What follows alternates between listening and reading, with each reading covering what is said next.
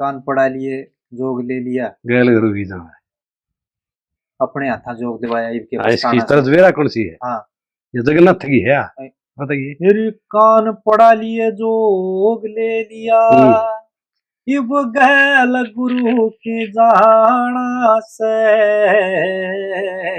अपने अपने हाथा जोग दिवाया इब के पछताना सही माँ इब के पछताना से। ये चालत को चाल लगी, ये चालत चल लगी वो स्पीड में तेज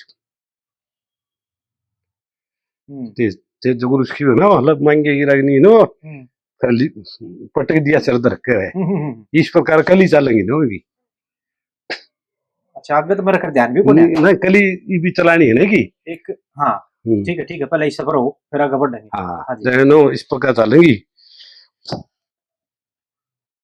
हाँ भजन करूंगा भक्ति के मैं मने इजाजत मिल गिरी माँ। हाँ जी अपने तन पे झेलूंगा दे मेरे ते कुछ दिल गिरी माँ नो चलेगी फिर याद बोलना।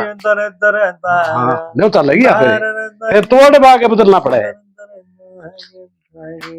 ये ज्ञान में आज भी सानी पाटगी शब्द नमाले विराना से अपने हाथा जोग दवाया इब के पछताना से।